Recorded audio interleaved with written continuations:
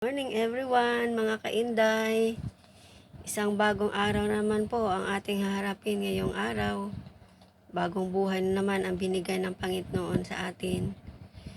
Kaya lagi tayo magpasalamat sa mga biyaya, kahit kunti lang, pasalamatan natin sa Panginoon ang binigay niya sa atin. At mag-ingat po kayo lagi sa inyong mga trabaho. Magdasal muna bago umalis sa inyong mga bahay. Kasi hindi natin alam ang ating buhay dito sa mundong ibabaw. Panandalian lamang tayo dito. Hiram ng buhay lang kumbaga. Kaya ingat-ingat lang po tayo. At God bless sa ating lahat. Have a nice day everyone. Thanks for watching. Kakagising ko lang din. Bye-bye. Kasi 5:30 ako nagising pala. Tapos nagluto pa ako ng breakfast ng mga bata. Hindi pa ako nakabihis, labas agad sa kwarto. Ngayon na ako nakaayos ng sarili ko pag alis nila.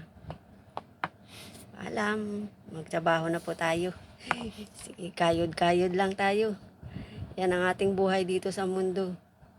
Para sa mabigyan natin ng magandang buhay ang ating buong pamilya. Have a nice day everyone. Bye-bye.